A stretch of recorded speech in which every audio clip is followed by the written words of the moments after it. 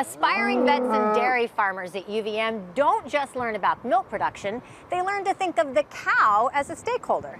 Ethics in dairy production are complex, and we're talking about it with an expert today on Across the Fence. Hi there. Hello, Vermont.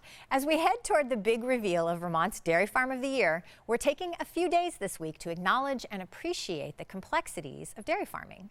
Today, we're thinking about herd management and learning how an understanding of animal behavior can help both cows and farms thrive. Joining me is Kate Creutzinger, an assistant professor of animal science at UVM, who earned her PhD in veterinary preventative medicine from The Ohio State University. Dr. Kate Creutzinger, welcome. Thanks, Amy. It's really nice to have you here. Thanks for having when me. you and I were getting ready for this interview, we were talking about your background and how you found your way into dairy. And for you, you were just like 19 years old? I was closer to 21 or 22, probably. Okay. I grew up in the suburbs. I didn't have an agricultural background. We had companion animals and horses, and I went to college. I did an animal science major, and I knew that I really wanted to work in agriculture, but I wasn't really sure in what. And I took an animal welfare and behavior class, and during that class they were talking about how you can understand what it is animals want and how they feel in their environment by constructing scientific questions. And I thought that was the most fascinating thing I had ever learned. And here we are almost 15 years later.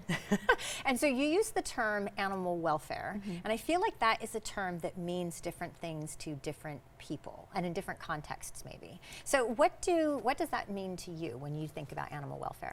Animal welfare can sometimes be a difficult term, especially in agriculture and in animal production fields. And so when we think about animal welfare, it's really important that we make it distinct from animal rights. And so animal rights are what we think of as like PETA or animal activists who do undercover videos and things like that. And animal rights activists believe that we shouldn't have animals for any purposes, including like companion animals and pets. And so animal welfare is a field of science, and what it is it's the combination of ethics and scientific questions. And so we use ethical questions to ask if things are okay or if they aren't okay.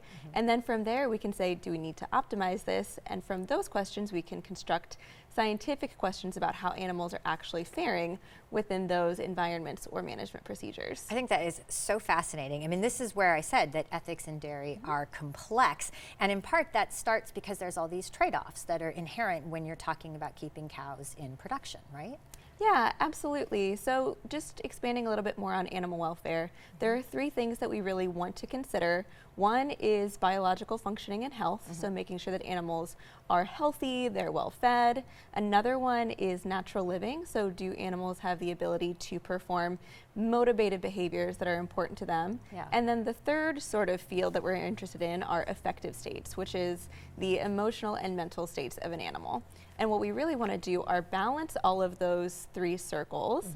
And the dairy industry has done a really great job at sort of prioritizing that biological functioning. We've gotten really, really good at it. But there are other areas where people like me, animal welfare scientists, come in to say, can animals perform those highly motivated behaviors, and are they having good life experiences? Yeah, that probably leads to then some of the hot topics or like the hot button issues maybe in dairy ethics. Like what are some of those?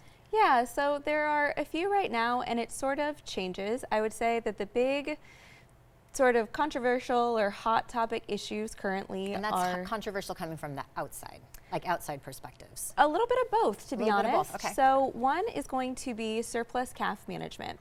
In the dairy industry, we expect cows to give birth approximately once per year. Cows have to give birth to initiate lactation. They're mammals, and we sell milk as a food product that we consume. And so cows have to lactate, but we also want to, there are a couple of other things that play into factors there. One is that we want to keep cows sort of in this high producing milk yield range, and they're better at doing that in the first few months after giving birth than many months later. It sort of follows this curve that drops off. And then the other thing is we need new animals to come into the herd to replace cows who get old and ultimately leave the herd. And so if we think about biology. About 50% of offspring are females and about 50% of offspring are males. And the females, we keep them to go back into the herd because they'll give birth in about 2 years. But then there are males, and we don't have any real use for the males, and they enter the meat sector, where they either go to veal production, which are slaughtered at around 3 weeks to 6 months of age, or they enter the beef industry where they're slaughtered around 12 to 14 months of age, and that would be like traditional hamburger. But because they're not needed on the dairy, they're sold at typically less than 1 week of age off the farm and then go into calf raiser industries. And so the thing that's really contentious is the idea of the early killing of calves, because people or the public feel like they really need to have a purpose and a value. And if the value is that they go into the meat sector, then that's acceptable. But the concern is really that they aren't being treated as an animal with inherent value. I think you haven't used this term yet, but I've heard you speak before, and I think that we're approaching this term, which is social license to operate. What does that mean? Because that's the idea that we have, you know, that the outside world does impress upon the operations of dairy because of our beliefs and values. I'm getting that wrong, but you explained it to me. No, you got it exactly right. So social license to operate was first sort of brought up in the terms of agriculture by Bernie Rollins, I want to say in the late 90s or early 2000s. And essentially what it means is that the public doesn't understand an industry well enough to regulate it, and they trust the industry to self-regulate in alignment with the public values. But if the industry doesn't operate within those values, then they will step in to regulate. And this is really interesting because there are industries where we have seen this happen, particularly in like California with Proposition 12, where there are now state legislated mandates around how much space animals can have, how long they can be transported, and that limits the sale of different types of products within the state.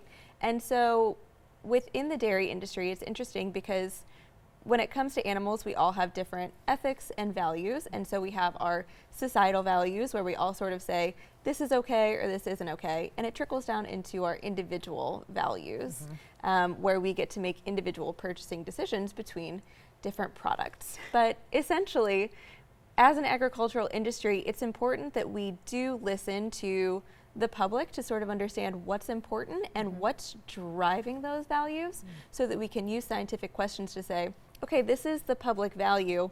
What is actually good for the animal instead of relying on our biases about what looks like it's good for the animal. Exactly. And I said that you are raising, or you're raising students. She's raising cows, she's raising students, but that you're working with students to help them see the cow as a stakeholder. So, you know, like what do cows want and what do we know? You talked about those highly motivated behaviors. And I know that some of those are around things like, for example, staying with calves and Yeah, exactly. So when we think about the cow as a stakeholder, what we're really doing is trying to give the cow a voice through science. And we can ask them questions about what it is they want in their environment and how important that is to them. So thinking it's summertime, it's getting nicer out, and thinking about cows being out on pasture. I know that sometimes we have this really pastoral, agrarian view of agriculture, and we want cows to be outside on pasture. But we need to look to the cow to see how she's actually doing. So if it's really hot, she might not want to be outside. If she doesn't have access to shade, she might not want to be outside. So we need to really look at the animal to give us the cues about what it is that they want or need. And instead of impressing our impressions about what they need onto the cows themselves. Exactly. Okay, so how does this translate into on-farm practices, or how can it? On-farm practices vary a little bit. So there are some situations where we think about things that are good for animal welfare can also be good for production in terms of reducing labor or reducing financial burden. So one of those examples is housing calves socially. It's common practice to keep calves housed individually. Remember how I was talking about that biological functioning and keeping them healthy? They are sometimes healthier when they're housed separately because they can't pass diseases to each other. Think like daycare, right? But they really like to be together and they're motivated to spend time together and be social. And so in that instance, there are some benefits. Calves eat more feed when they're housed together. They have fewer environmental stressors, and then they transition better in their lives to learning new tasks. And agricultural animals always have to learn new tasks because we're always asking them to do new things. So that's one of the situations where it is really good for them. Yeah. Well, so, and really what you're trying to do is find the sweet spot between what is helping the animals thrive and what is also helping the farm thrive. Yep, that's always the goal, is that yeah. those two things go hand in hand. And I think using behavior is one of the great ways that we can do that. Whitney Hall, you chatted with her recently, and she was talking about Smacks Tech. And that is an automated recorder of behavior. It can tell you how much animals are standing up, lying down, how much they're ruminating, and we can use all of those behavioral metrics to say, is the cow doing well in her environment, or is there something that we need to adjust so that she's more comfortable? Because typically cows who are more comfortable will make more milk if they have better access to things like feed and a comfortable place to lay down. Yeah. Is there any tension between research and industry, or does this type of knowledge, I mean, because this kind of knowledge can improve dairy practices, so but is there tension between industry and research? There can be tension between industry and research. We live in sort of a difficult financial climate right now when it comes to farming. Dairy farming is one of the few industries where you don't know how much money you're going to make until the milk has already left the barn. And so that makes it really difficult, I think, to adopt new practices and take big swings. And I think that that's where some of that tension comes into play. But I think if we have sort of this common understanding of dairy producers really care about their animals, and they wouldn't work in the dairy industry if they didn't. And we also care about their animals. So how can we find common ground and ways to improve the quality of life for animals and hopefully improve the quality of life for producers? Absolutely. I knew this was going to be a fascinating conversation. Thank you so much. Every time I've had the chance to talk to Dr. Kate about this, it has been enlightening. So thank you again for sharing all this information with us today. Yeah, thank you so much for having me. And as always, thank you, Vermont, for learning and exploring with me today. And thanks to the team that makes Across the Fence possible. I'm Amy Finley. This is Across the Fence. Come back and let's learn and explore again tomorrow.